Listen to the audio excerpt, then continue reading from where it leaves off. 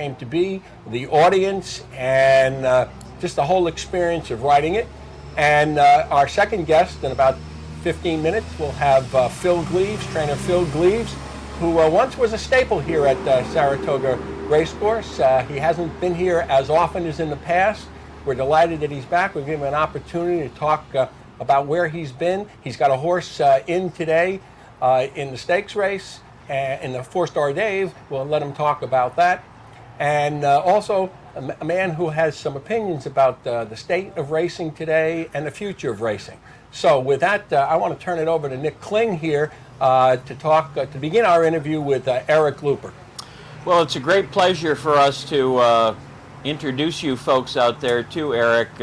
You may have already heard the buzz that's going around bookstores and the tracks and in the local media about Bug Boy, and Eric's going to tell us all about it. Eric is a longtime friend, and he and I originally met in a writers group that had nothing to do with horse racing. We were just trying to become better writers. He's done a lot better job at that than I have because Bug Boy is his second published piece of work. And Eric, we're thrilled and delighted that you could join us today. Thank you so much for having me.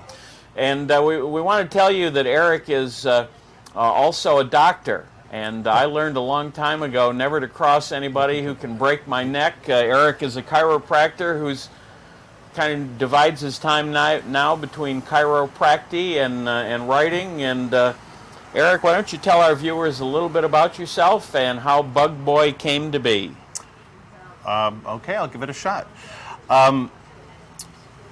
When I was a kid growing up in New Jersey, my only experience with horse racing was the Meadowlands. And back in the 70s, the Meadowlands was a lot of concrete, a lot of chain link fence.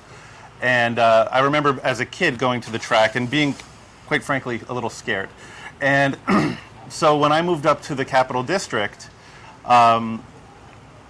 my wife said, "Hey, let's go to the races for the day." And of course, the first word out of my mouth was, "Why?"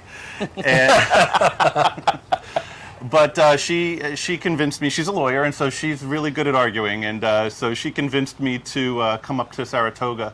And I remember that first time when I walked up the grandstand and saw the grounds open up before me, and I was just amazed. And from that moment, I think I just fell in love with what happens up here at Saratoga. Mm-hmm. And the more I read about Saratoga, the more questions popped up in my head, and I started doing more and more reading. And so I decided to write a book about it. Mm-hmm. Well, Bug Boy is a historical novel set during the Depression era when racing was probably one of the 2 or 3 biggest things in America.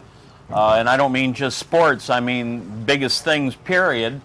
And Eric has caught the flavor of that era. So Eric, tell us a little bit about the Bug Boy and how he got to be a top rider at Saratoga. Well, as I was doing my research on Saratoga in general, the year 1934 kept coming up over and over and over again. In 1934, of course, everyone knows it's during the Great Depression. It was the year Prohibition had been lifted, so it was the first time alcohol was permitted back in, and the bookies were actually permitted back into the track at that point as well. And so over on the Union Street side of the track, they had, or Union, they had the bookie windows over there. It was before pari-mutuel betting, and but there's some other interesting facts about 1934. One of them being that it was the first year the automatic starting gate was being used here.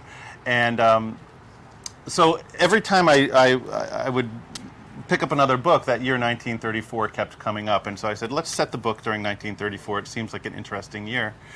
And Bug Boy essentially is the story of a young exercise rider who works for a large stable that comes up to Saratoga. And right in the first chapter of the book, he's pressured to tamper with a horse. Mm-hmm. Through certain set of circumstances during that first week, he gets promoted to becoming a Bug Boy, an apprentice jockey. And of course, the tension ratchets up right there because now he may be the one on the back of that horse that he's going to be pressured to throw that race.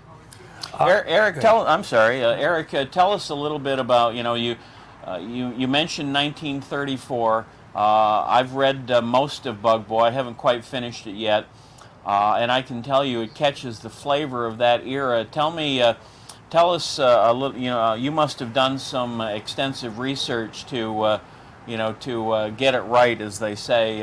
Tell our viewers a little bit about what you did to, to get some of the background detail.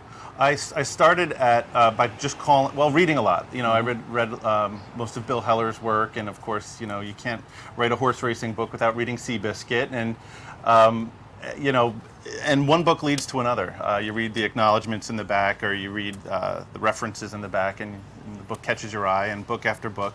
But then I decided one day to come up to the museum, and Alan Carter, who's the historian over there, was extraordinarily helpful, opened up his doors and said, hey, anything you want, let me know and we'll find the information for you. So I spent countless days up in the archives there. And as I was doing my research, both Nick and Alan Carter and a few other people, actually, the name kept coming up, Tom Gilcoin. Tom Gilcoin, yeah.